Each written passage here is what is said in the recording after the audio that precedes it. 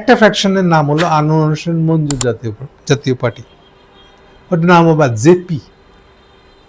আনোয়ার হোসেন মঞ্জু ইত্তেফাকের মালিক, যে মানে দুই ভাইয়ের সম্পত্তি ভাগের পরে ইত্তেফাকটা পড়েছে মঞ্জুর ভাগে, সেই মঞ্জু। এবং সেই সাথে আছে ব্যারিস্টার আনিসুর ইসলাম মাহমুদ। আনিসুর ইসলাম মাহমুদ কাদেরদের সাথেই ছিল। হাসিনার আমলে সবচেয়ে টাকা পয়সা খাইছে যে সবচেয়ে বেশি, বিশেষ করে হাসিনা থেকে একটা রেন্টাল বিদ্যুৎ দিছিল 100 মেগাওয়াট বিদ্যুতের। বসে বসে এটা টাকা বিদ্যুৎ কিছু দিতে হতো না, বসে বসে খালি টাকা গুনতো। কারণ ওটা চুক্তি হলো আসলে ওই যে আপনার ক্যাপাসিটি চার্জের নামে নিয়মিত টাকাও পেত, আবার না চললেও টাকা পেত ওটার। আর এইটা থাকলে পরে এইবার আপনার জ্বালানিটা সস্তায় সরকারের কাছ থেকে ভর্তি মূল্যে পাওয়া যেত, কারখানায় চলে না, তাহলে তেলটা কি করতো, ওটা বাজারে বেচত, ওখানে আরেক প্রফিট। তো সেই রেন্টাল বিদ্যুতের প্রজেক্ট পাওয়ার লোক হলো ব্যারিস্টার আনিসুর ইসলাম, পুরোটা সময়টা হাসিনার আমলটা। বলে কি পরিমাণ হাসিনার খেদমত করছে অনুমান করে নিতে পারে। সে আবার এখন কাদেরদের থেকে আলাদা হয়ে আর একটা বিজেপি বানায়, আর একটা জাতীয় পার্টি বানাইছে। এনিওয়ে, না এই মূল দুই জাতীয় পার্টি তো বটে, এইবার তারা এগুলাকে কি বলবো, পলিটিক্যাল পার্টি না পকেট পার্টি না কি বলবো বলা মুশকিল। আসলে সব মিলে 16টা পার্টি এরকম, তাদের নিয়ে এক জাতীয়তাবাদী গণতান্ত্রিক জোট বানিয়েছে। তারা মজা না, হেভি মজার কাহিনী এটা। তো সেইটা নিয়ে রিপোর্টটা করছে, এই জন্য বলছে এরা সবাই হলো আওয়ামী লীগের মিত্র। এই হচ্ছে তাদের মূল পরিচয়। আওয়ামী লীগের মানে ইন্ডিয়ান মিত্র, বুঝতেই পারেন। একটু আগে বলতেছিলাম যে এটা যে আসলে এরশাদের হাসিনার আমলে জাতীয় পার্টি হবে তার বিরোধী দল, এই বললে জাতীয় পার্টি খাড়া করে দিয়েছিল ইন্ডিয়ার সুজাতা সিং। সেই থেকে এটা ইন্ডিয়া কন্টিনিউয়াসলি জাতীয় পার্টিকে খাড়া করে গেছে বিরোধী দল হিসেবে যেন থাকে। ইভেন আমরা খালি বিরোধী দলে বসে থাকবো, কেন, আমাদেরকে মন্ত্রিত্ব দিতে হবে। 14 সালে গভর্নমেন্টে মন্ত্রিত্ব দেওয়া হয়েছিল। যাই হোক, সেই খুচরা পার্টিগুলা, এবার দেখেন পার্টিগুলোতে কে কে আছে, মানে এই যে নামটা পড়বো এটাও জানি বা সময় নষ্ট কামকা, তবুও পড়তেছি আপনার ধারণা দেওয়ার জন্য। নামটা হলো, আচ্ছা আগে লোকটার নাম বলে দিই, গোলাম সারোয়ার মিলন। এই লোকটা কে? গোলাম সারোয়ার মিলন আগে ছিল বিএনপি করতে, একেবারে আগে মানে এরশাদ ক্ষমতা আসলে পরে এই গোলাম সারোয়ার মিলনকে দিয়ে তারা জাতীয় ছাত্র সমাজ বানাইছিল। বাংলাদেশের স্টুডেন্ট পলিটিক্সকে কলুষিত করার কাজটা শুরু করছিল এই গোলাম সারোয়ার মিলনকে দিয়ে, যখন জাতীয় ছাত্র সমাজ বানায় এরশাদ। সেই প্রথম দিনকার লিডার হলো এই গোলাম সারোয়ার মিলন, সম্ভবত মানিকগঞ্জের লোক। সে হলো নতুন একটা পার্টি করছে, নাম হলো জনতা পার্টি। আচ্ছা, এরা হাসিনা আমলে আবার এরকম আলাদা আলাদা পার্টি করে ফেলাইছে, আর পার্টিগুলোকে আবার আমাদের হাসিনা আমলের নির্বাচন কমিশনগুলা এগুলোকে আবার রেজিস্ট্রেশন দিচ্ছে। মজা না, কি মজার কথা। আচ্ছা, জাতীয় জনতা পার্টির ভারপ্রাপ্ত চেয়ারম্যান গোলাম সারোয়ার মিলন, মহাসচিবটাকে, এর আবার মহাসচিবটা হইল শওকত মাহমুদ। কোন শওকত মাহমুদ? ছিল বিএনপিতে, হয়ে গেল ইয়ার আমলে, হাসিনার আমলে হয়ে গেল ইন্ডিয়া। আর হাসিনা মিললে কত যে ভুয়া পার্টি করছে। এই পার্টিটা সর্বশেষ করছিল ইনসাফ পার্টি, আপনার এবার মনে পড়ছে নিশ্চয়ই। সে ইনসাফ পার্টির সেক্রেটারি ছিল শওকত মাহমুদ। বলে পারে সে সাংবাদিক, কিন্তু সাংবাদিকের কোনো ধারা না, এখন কিছুই করে না সাংবাদিকতার। এনিওয়ে, তার নাম দেখা যাচ্ছে। আচ্ছা, এবার আসছে জাপা মতিন। এটা আবার কে? জাপা মতিন হলো ডাক্তার মতিন, সিরাজগঞ্জের। এরশাদের আমলে একবার বোধহয় প্রধানমন্ত্রী ছিলেন বা স্বাস্থ্যমন্ত্রী তো ছিলেনই। তো তারও একটা ফ্যাকশন আছে জাতীয় পার্টির, সেই জন্য জাপা, তারটা জাতীয় পার্টির মতিন ব্র্যাকেটে, তার চেয়ারম্যান সিরাজুল ইসলাম। মুসলিম লীগের কোন একটা ফ্যাকশন, তার সভাপতি মহসিন রশিদ। এনপিপি চেয়ারম্যান সালাউদ্দিন সালু। নিজামী ইসলাম পার্টির একাংশ, নিজেই বলে দিচ্ছে তার একাংশ, তার নির্বাহী সভাপতি কেউ একজন। ইসলামী জোটের চেয়ারম্যান কেউ একজন। জাতীয় সংস্কার জোট মেজর আমিন। মানবাধিকার পার্টির চেয়ারম্যান আক্তার হোসেন। জাকপার একাংশ এখানেও আছে, একাংশ কিন্তু ইয়েতে আছে, জামাতের সাথে একটা জোটে আছে। রুহুল আমিন। আচ্ছা, আর রুহুল আমিন হাওলাদার এটা আবার মুখপাত্র, এরশাদের লোক। এই সব মিলে এগুলো হলো পকেট পার্টি, এগুলো সিট পার্টিও না, পকেটে পকেটে ঘুরে দলের মেম্বার হয়তো 2 জন স্বামী স্ত্রী, এরকম দল এগুলো সব। এক কথা বলতে গেলে এগুলো একটা পদের না, জিতায় না দিলে এরা কেউ জিততে পারবে না, ভোট পাওয়ার কোনো সম্ভাবনাই নেই এদের। কিন্তু এই জোটের মূল মন্ত্র কি? বাংলাদেশি জাতীয়তাবাদ, জিয়া রহমানের শব্দ, কিন্তু আবার মুক্তিযুদ্ধের চেতনা থাকতে হবে, উদার গণতন্ত্র ও সব ধরনের মানুষের অবস্থা। মানে ইন্ডিয়ান বুড়ি ছুঁয়ে থাকা একটা দল জোট, এগুলা সব এক জায়গায়, তাদের কাণ্ড কারখানা এগুলা। এগুলো কি কেউ কারে ভোট কাটবে? না, এরকম কোনো মুরুদি নেই। এই ইন্ডিয়া বলে দিছে এরকম একটা দল খাড়া করতে, খাড়া করে দিচ্ছে, এই আর কি।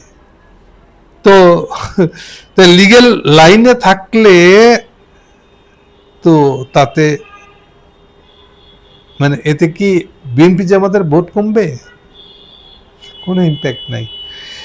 একটাই আছে, যেহেতু আওয়ামী লীগ দল দিয়ে ভোট চাইতে পারবে না, এখন এগুলা খাড়াইলে যদি হাসিনা কান পড়া বলে দেয়, তাহলে হয়তো এটা 2-4টা ভোট পেতে পারে। কিন্তু আবার সেক্ষেত্রেও কথা আছে, 17 তারিখের পরে, এই মাসের ডিসেম্বর 17-এর পরে হাসিনা আদৌ কোনো কথা বলতে পারবেন কিনা মিডিয়া, আমার সন্দেহ আছে।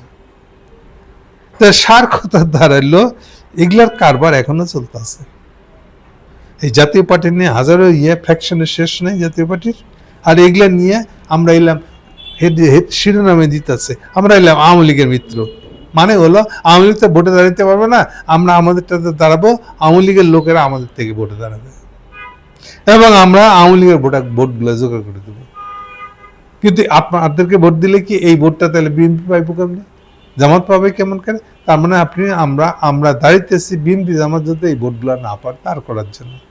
এইসব আর কি নানান দানাই পানাই, টাকা ছড়ানোর, মানবাধিকার লঙ্ঘনের অভিযোগে কমান্ড রেসপন্সিবিলিটির কারণে শেখ হাসিনাকে ফাঁসি দেওয়া হয়েছে কিছুদিন আগে সেই আদালতে।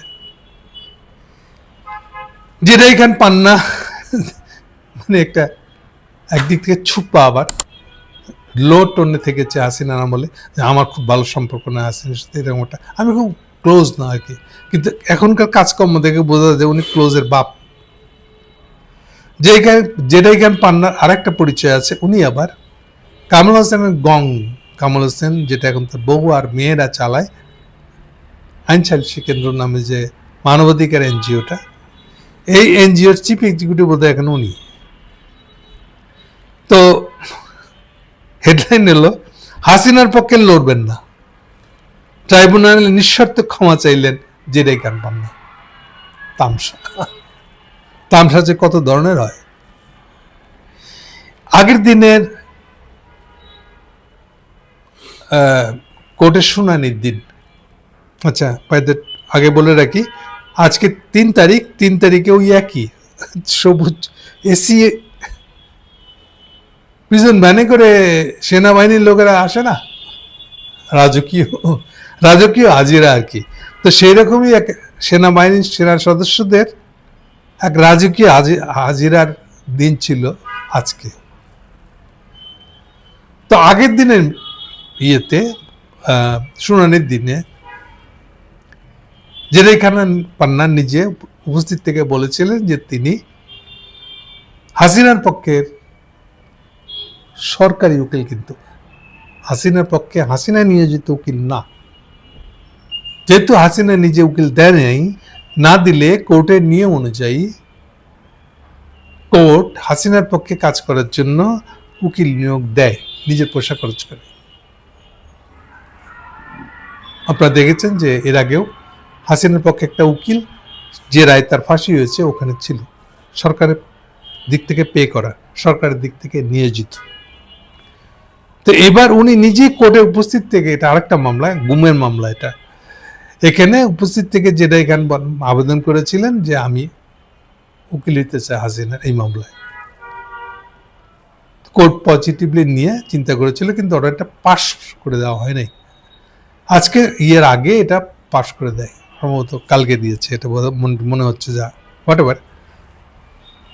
এখন হঠাৎ করে ওই আগেকার শুনানির এক সপ্তাহ পরের জেরে খান পান্না ফেসবুকে স্ট্যাটাস দিয়ে বলতে থাকেন যে না, উনি হাসিনার পক্ষে আর লড়বেন না। কেন লড়বেন না তার একটা ব্যাখ্যা উনি দিয়েছেন, যাই খুশি হোক না কেন। ফ্যাক্টস হচ্ছে, আমার কাছে অদ্ভুত লাগছিল যে কেন জেরে খান পান্নার আবেদন কোর্ট শুনলো, যেখানে এই লোকের তাল ঠিক নেই। ওকে, এখানে একটা কথা বলে রাখি আপনাদেরকে। আইনের বিধান অনুসারে হাসিনা রায় হয়েছিল, ফাঁসির রায়টা হয়েছিল 17 নভেম্বর, এবং 1 মাস টাইম দেওয়া আছে আপিল করার জন্য। এর মানে হলো 17 ডিসেম্বর পর্যন্ত হাসিনার পক্ষে আপিল করার সুযোগ আছে ওই আগেকার মামলায় যেটা তার ফাঁসি হয়েছে। এখন 17 ডিসেম্বরের পরে কি হবে যদি হাসিনা কোনো আবেদন না করে, আপিল না করে যদি, তাহলে ন্যাচারালি 18 ডিসেম্বর থেকে যদি হাসিনাকে পেয়ে যায় বাংলাদেশ গভর্নমেন্ট, তার হেফাজতে যদি আনতে পারে, আমরা নিশ্চিত থাকতে পারি হাসিনার ফাঁসি হয়ে যাবে। কারণ তখন তাকে পেয়ে যাওয়া হয়েছে এবং তার পক্ষে আর কোনো আপিলের কোনো সুযোগও নেই, উনি নিজেও সুযোগ নেন নাই। ফলে তখন ফাঁসি হয়ে যাওয়া ছাড়া অন্য কোনো পথ থাকবে না। কেন এই কথাটা বললাম? এখন বললাম এই জন্যই যে একটা জিনিস খেয়াল করছেন নিশ্চয়ই, এই ফাঁসি রায়টা হয়ে যাওয়ার পরে হাসিনার পক্ষে রাস্তায় মিছিল, হাসিনার পক্ষে চোরাগোপ্তা মিছিল, হাসিনার পক্ষে অমুক তমুক বক্তব্য, এগুলো দেওয়া কমে গেছে। এই জিনিসটা কিন্তু এখন আস্তে আস্তে ওয়াইপ আউট, একেবারে মুছে যাবে, ধুয়ে মুছে যাবে। কবে থেকে? 17 ডিসেম্বরের পর থেকে। এই যে ইভেন্ট, এই যেটাই জ্ঞান পান্নাকেও পাওয়া যাবে না। কারণ এমনিতেই আবার স্বরাষ্ট্র মন্ত্রণালয় থেকে আরো একটা নির্দেশিকা জারি করছে, যারা এই মামলার পক্ষে, মামলায় হাসিনার পক্ষে কোন ধরনের কিছু প্রদর্শন করবে তারাও আসামি হিসেবে গণ্য হবে। আর এমনি স্বরাষ্ট্র মন্ত্রণালয়ের দিক থেকে বারবারে বলা হয়েছে যে আওয়ামী লীগ একটা নিষিদ্ধ সংগঠন, তার তৎপরতা নিষিদ্ধ, দল নিষিদ্ধ না, তৎপরতা নিষিদ্ধ, তা আপাতত। ফলে আওয়ামী লীগের পক্ষে স্লোগান দেওয়া, কোনো সমাবেশ করা, কোনো মিছিল করা, এটা আইনত দণ্ডনীয় অপরাধ, এবং সেটার জন্য এই স্বরাষ্ট্র মন্ত্রণালয় যে কোনো মিছিলের ব্যাপারে তাদের হামলা করছে, ধরে নিয়ে যাচ্ছে, মামলা দিতে দিচ্ছে। এই জিনিসটা আরো একটু এক্সট্রিমে যাবে 17 ডিসেম্বরের পরে। তাহলে যেটা খান পান্না কি এখন সোজা হবেন? মনে হচ্ছে হ্যাঁ হবে।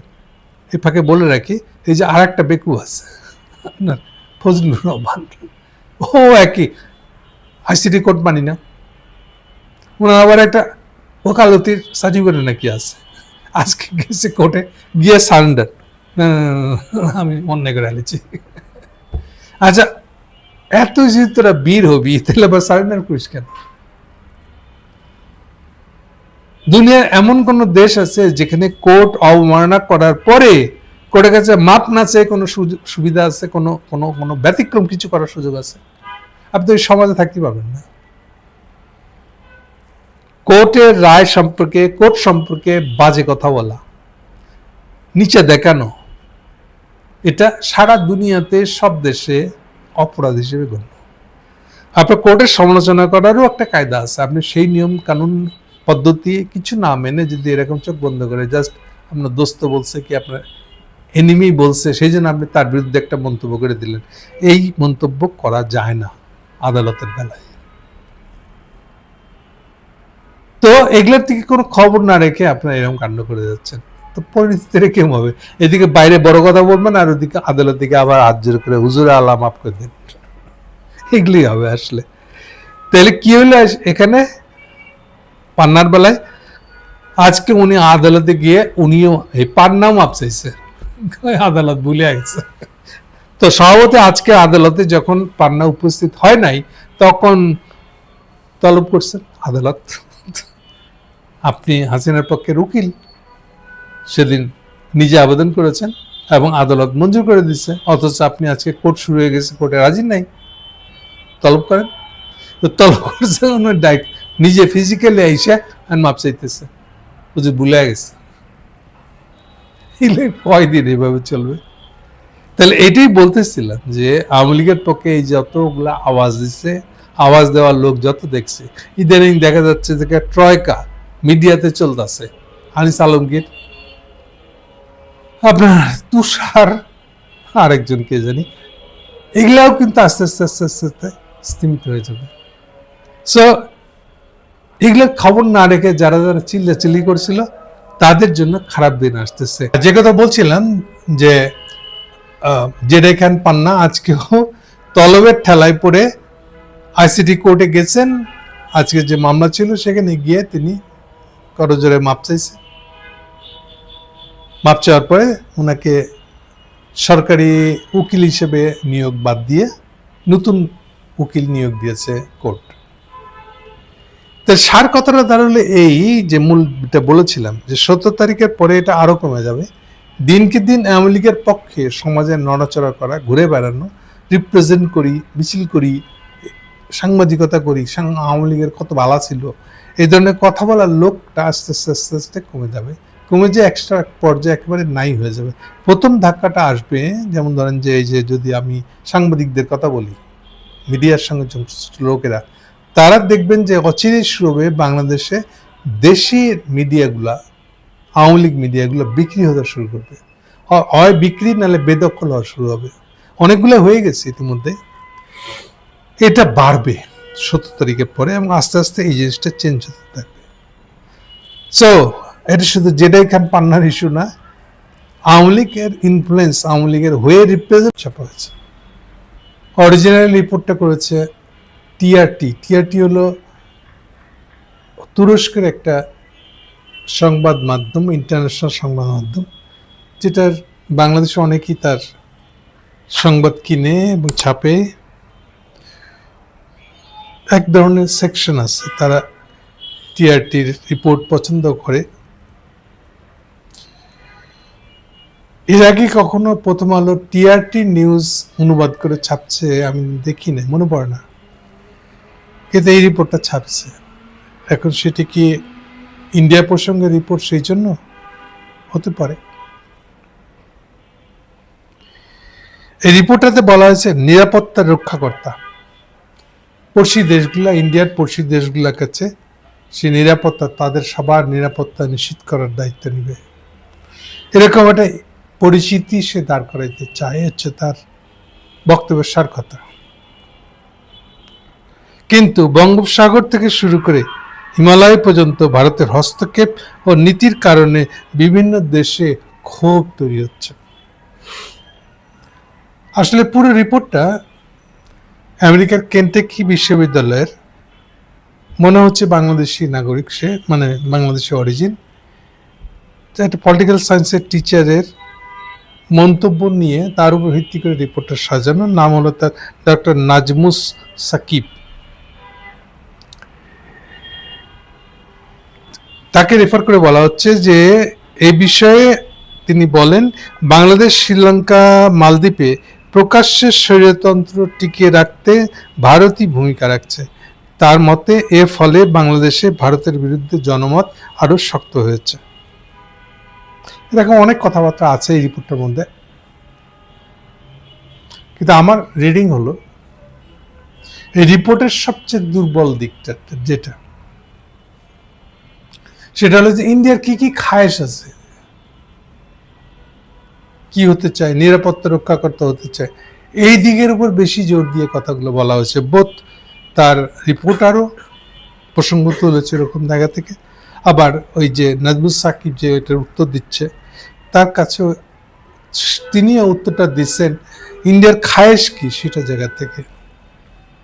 আসলে মূল বিষয়টা হলো কি, যে আপনি যে অন্য একটা দেশের উপর প্রভাব বিস্তার করবেন, প্রভাব বিস্তারের পথ কি, আর কোন যোগ্যতা থাকলে প্রভাব বিস্তার করা যায়, কোন যোগ্যতা না থাকলে করাই যায় না, এই সম্পর্কে যদি রিপোর্টার যে কথা বলছে প্রফেসর, সে কেউ যদি এ সম্পর্কে কোনো অ্যাওয়ারনেস না থাকে, তাহলে এই ধরনের রিপোর্ট কখনোই ভালো হবে না।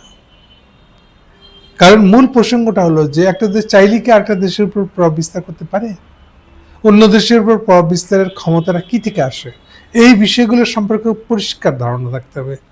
ফলে এটা এমনি শুনতে ভালো লাগে, ইন্ডিয়া হারতেছে, সাউথ ইস্ট এশিয়া। হ্যাঁ, ইট ইজ রিয়েলিটি, মারবেই তো।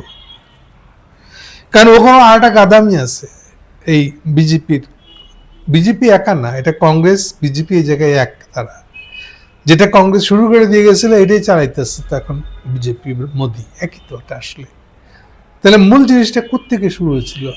মানে শর্টফলটা, খামতিটা, ইন্ডিয়ান খামতিটা কোত্থেকে শুরু হচ্ছে?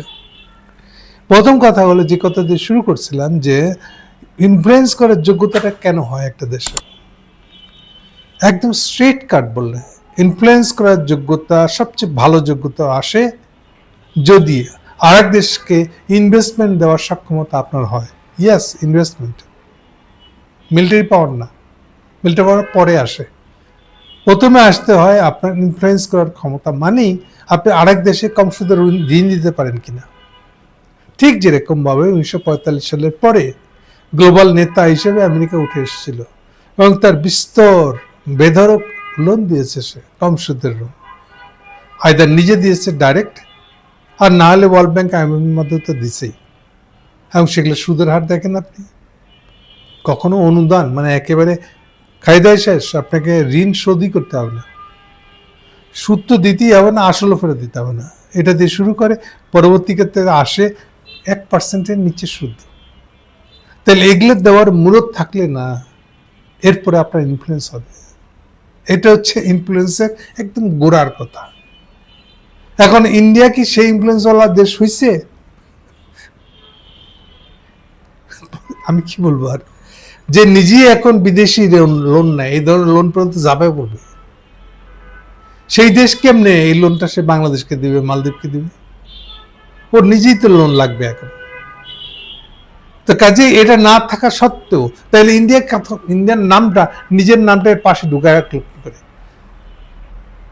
চীন আমেরিকার পাশে ইন্ডিয়ান নামটা ঢুকালো কি করে? এটা হচ্ছে রহস্যের জায়গাটা, মানে কনফিউশনটা এখান থেকে বাড়তেছে। আমরা মনে করে দেখেন যে আমাদের এখানে সর্ববৃহৎ, সবচেয়ে প্রবল ইনফ্লুয়েন্সের ক্ষমতাটা নিয়ে ইন্ডিয়া আসে 1/11 খোলাখুলি। কেন এই ক্ষমতাটা হঠাৎ করে পেয়ে গেল? ইন্ডিয়ান ইকোনমি ভালো হয়ে গেছিল, সে বাংলাদেশকে লোন দিতে পারে না? তাহলে যেটা সেটা হলো যে যখন আমেরিকানরা টের পেল তাদের নিজস্ব গবেষণা রিপোর্টে যে চীন উঠে আসতেছে, তাদের অবস্থা খারাপ হবে এখন। ফলে তারা সিদ্ধান্ত নেয় যে এশিয়ায় দুইটা রাইজিং ইকোনমি দেশ আছে, ইন্ডিয়া, চায়না। সো ইন্ডিয়াকে হাতে করে পক্ষে টেনে নিয়ে ওকে দিয়ে আমি চীনের বিরুদ্ধে কাজ করাবো, এই বলে তাকে হিরো বানাতে চায়, সামনে নিয়ে আসেন। ওইটার সুযোগে আমেরিকা মনে করে ইন্ডিয়া মনে করে এখন আমেরিকার কোলে বসে বাংলাদেশের উপর ছড়ি ঘোরানোর সময় এসছে, আবার আমি সুযোগ পেয়েছি। এই জন্য সে নিজে এই ভাবধারা শুরু করে, সে পরাশক্তি হয়ে গেছে, একটা বিশাল ক্ষমতাদার শক্তি হয়ে গেছে। বাস্তবিকই দেখেন, ইভেন যে আপনাদের মানে আমাদের ব্রাউনবাড়িয়া থেকে আখাউড়া পর্যন্ত রেল লাইন পাতবে, এই রেল লাইনের টাকাও সে ঠিক মতো দিতে পারে না, ব্যবহার করেও কিন্তু সেই এইরকম করিডোর নেওয়ার যত আলাপ হয়েছে সব নিয়েছে মাগনা। বাংলাদেশের যে বাংলাদেশে একটা ট্রাক গেলে যেটা সে টোল দেয়, ইন্ডিয়ানরা সেই টোলও দিবে না, রাস্তা তৈরি করার খরচ তো নাই, এটাও দেবে না সে। তো এইটা কি অর্থনৈতিক সক্ষমতার যোগ্যতা? উত্তর হচ্ছে না। এই জায়গায় সে ছ্যাঁচড়ামো করে, আর এই ছ্যাঁচড়ামোর সবচেয়ে বড় প্রতিষ্ঠানটার নামই হচ্ছে সে মনে করে এটা বাংলাদেশে বা আমাদের মতন দেশে গিয়ে সে একটা দালাল বানাবে, দালাল পার্টি বানাবে, ওটাকে 2টা পয়সা খাওয়াই দিবে, আর শেষ বেলায় তোর হান্ডি টাইপের বুদ্ধি আছেই, কোনো না কোনো ওই দেশের কোনো মেয়ের সাথে শুয়াই দিয়ে ভিডিও করে নিবে, এরপরে ওটা নিয়ে ওকে ব্ল্যাকমেল করবে। আচ্ছা, কোথায় আপনি অর্থনৈতিক সক্ষমতা দিয়ে তাকে কম সুদের লোন দিবেন? এটা হচ্ছে বেস্ট ইনফ্লুয়েন্সের উৎস। সেটাকে আপনি টেনে নিয়ে যাচ্ছেন কোথায়? এটা হলো যে বলেন না যে আমরা কাঠের আয়না আর কি, মানে আপনি যেহেতু গরিব মানুষ, এখন আপনার তো খুব শৌখিন কোনো আয়না কেনার শখ নাই, মুরদ নাই, আপনি এখন ওইগুলোই করবেন তো, আর মনে সুখ নেবেন, হ্যাঁ আমারও একটা আয়না আছে। তো এই হচ্ছে ইন্ডিয়া আর কি। তাহলে এইটাই সে তার ভিতরে জেগে উঠলো যে আমি বিরাট দানব হয়ে গেছি, আমি এখন চ্যালেঞ্জ করতে পারি, আমিও চীনের মতন আমেরিকার মতন বাংলাদেশের প্রভাব বিস্তার করতে পারি। আলটিমেটলি জিনিসটা কি ছিল আসলে, এবার আমেরিকানরা বুঝলো 16 সালের মধ্যে দিয়ে এইটা দিয়ে কোনো কাজ হচ্ছে না, যেই কথা লাভ হবে বলে আমি ভাবছিলাম এর কিছুই হচ্ছে না। ততদিনে তারা আবার ইন্ডিয়াকেও আমেরিকাতে এক্সপোর্ট করার সুবিধা দিয়ে রাখছিল, বিশেষ সুবিধা, কম ট্যাক্স নিয়ে আমেরিকাতে ইম্পোর্ট করার সুবিধা দিয়েছিল, প্রায় 16 বিলিয়ন। 16 সালের পর থেকে এগুলো সব প্রত্যাহার করে নেওয়া হয়। শুধু তাই না, আপনারা অনেকে আমি জানি না, সচেতন হলে জানতে পারবেন, সি রাজামোহন নামে একটা ইন্ডিয়ান আছে সাউথ ইন্ডিয়ার, লোকটা বেসিক্যালি ফিজিক্সের পাশ করা, ফিজিক্সের থেকে নিউক্লিয়ার থেকে উনি এখন স্ট্র্যাটেজিক মাতবর হয়ে গেছেন। আমেরিকা থেকে বা ওয়েস্টের কোন জায়গা থেকে, আমেরিকাই সম্ভবত হবে, পিএইচডি করে আসছেন। এটা করে আসার পর থেকে উনি হয়ে গেছেন এই থিঙ্ক ট্যাঙ্ক কন্ট্রোলের আমেরিকানদের এজেন্ট, হচ্ছে এই সি রাজামোহন। বাংলাদেশেও আসছিলেন আমাদের এই জিল্লুর রহমানের কাছে। এনিওয়ে, তাকে ইন্ডিয়াতে বসায় ফান্ড দিয়ে স্টুডেন্টদেরকে প্রভাবিত করা হয়েছিল যে কে কে মাস্টার্সের স্কলারশিপ নিতে চাও, পিএইচডি স্কলারশিপ নিতে চাও, আসো অ্যাপ্লাই করো, তোমাদেরকে আমি ব্যবস্থা করে দিতেছি। 16 সালের মধ্যে শেষ, ফান্ড শেষ। কেন ফান্ড শেষ করে দেওয়া হলো? কেন? কারণ আমেরিকানরা রিয়েলাইজ করে যেতে কোনো লাভ হচ্ছে না তার, ফলে ওই বন্ধ হয়ে যায়। বন্ধ হয়ে যাওয়ার পরে শ্রী রাজামোহন এখন তাকে বসাই রাখছে খরচ কমানোর জন্য। আমেরিকানরা তাদের সিঙ্গাপুরের ন্যাশনাল ইউনিভার্সিটিতে ওরকম একটা সেন্টার আছে, ওই সেন্টারে সে এখন বসে আছে। ওই কাজ কামার নাই এখন। সো ইন্ডিয়া থেকে এই যে সার্টিফিকেট মানে স্কলারশিপ বিতরণ যে প্রোগ্রাম, ওটাও কাজ করানো শেষ হয়ে গেছে। ফাইনালি ইন্ডিয়ানদের ছেলেটা আমেরিকানদের সম্পর্ক কই, তাহলে তার এই বাংলাদেশের উপর মাতবাড়ি করার মুরুটটা তাহলে কোথায় থাকবে? এইটাকেই তখন আমেরিকানরা, বিশেষ করে ডেমোক্র্যাট, এটাকে ট্রান্সফার করে যে আচ্ছা একটা কাজ করেন, তাইলে আমরা একটা স্ট্র্যাটেজিক জোট বানাই। এই যে কোয়াড শুরু হওয়ার পরে ইন্ডিয়ানরা ওর ভিতরে ঢুকে আছে, ফলে আমরাও আমেরিকানদের সাথে সম্পর্ক আগের মতনই আছে যেন বা, এই ভাব ধরে তারা এটা চালাই যেতে লাগলো। কিন্তু বেসিক্যালি ইন্ডিয়া কোনো মতেই তো কখনোই সে বাংলাদেশকে ইনফ্লুয়েন্স করতে পারে, মালদ্বীপকে ইনফ্লুয়েন্স করতে পারে, শ্রীলঙ্কাকে ইনফ্লুয়েন্স করতে পারে, এমন কোন মুরদ যেটার জন্য আসে ঋণ দিতে হয়। ঋণ দেওয়া ছাড়া দুনিয়াতে কেউ আরেকটা দেশের উপর ইনফ্লুয়েন্স, সবচেয়ে সাইলেন্ট ইনফ্লুয়েন্স এবং যেটা ওয়েলকামিং ইনফ্লুয়েন্স, এটা কেউ পারে নাই কোনোদিন। চীনও এখন যে ইনফ্লুয়েন্সটা করতে পারতেছে সেটা বিকজ অফ তার হিউজ এক্সট্রা মানি আছে, এটা সে ইনভেস্ট করতেছে, কম সুদে ঋণ দিতেছে। তাও তো চীনা ঋণ কখনোই 2% নিচে যায়নি আমার জানা মতে। স্টিল এটাই বিশাল। আর আমেরিকা কমপ্লিটলি সরে গেছে ওই জায়গা থেকে। এখন ওয়ার্ল্ড ব্যাংকের যে টাকাটা আছে ওটা যতটুকু ঋণ দিতে পারে, তাও ওয়ার্ল্ড ব্যাংকের সক্ষমতা কমে গেছে। তাহলে মূল বিষয়টা হলো এগুলোর কিচ্ছু নাই। আপনি এখন একটা কুতু হয়ে যে আমি সাউথ ইস্ট এশিয়া, তাই আপনাকে আমি আপনার মাত বোনান, এটা জোর করে দাবি করলে হবে? ওই পর্নোগ্রাফিক হানি ট্র্যাপের মধ্যে ফালাই দিচ্ছেন, এগুলো দিয়ে কয়দিন চলবে আপনার? ফলে এগুলো সব ভেঙে যাচ্ছে, এটা হচ্ছে আসল কথা। সো ইন্ডিয়ান ইনফ্লুয়েন্স কমে যাওয়ার পিছনে বড় কারণ হলো এটা, এবং আগামীতে এটা থাকবে না। আরো আছে, কেন থাকবে না? দেখেন, আপনি বাংলাদেশকে পানি দিবেন না কেন? আগে আপনাদের পানির প্রয়োজন মিটার পরে যদি থাকে তাইলে দিবেন। আচ্ছা, এই নিয়মে হবে? ইন্টারন্যাশনাল পানির লটা এর তো পুরো উল্টা। আপনি তো এটা বাদ দিতে পারেন না বাংলাদেশের সাথে আলাপ না করে। আর পাকিস্তানের সাথে সেই 60 সাল যে চুক্তি হয়ে আছে, সিন্ধু নদীর পানি ডিস্ট্রিবিউশনের চুক্তি, ওয়ার্ল্ড ব্যাংকের মধ্যস্থতা হয়েছে সেই চুক্তির পানি আপনি বন্ধ করে দেখছেন।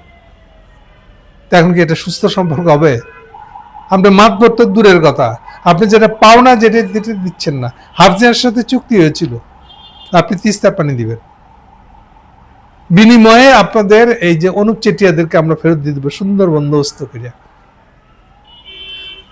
বর্ডারে যে ছিটমহলের ঝগড়া ছিল সেটা মিটাই দিব।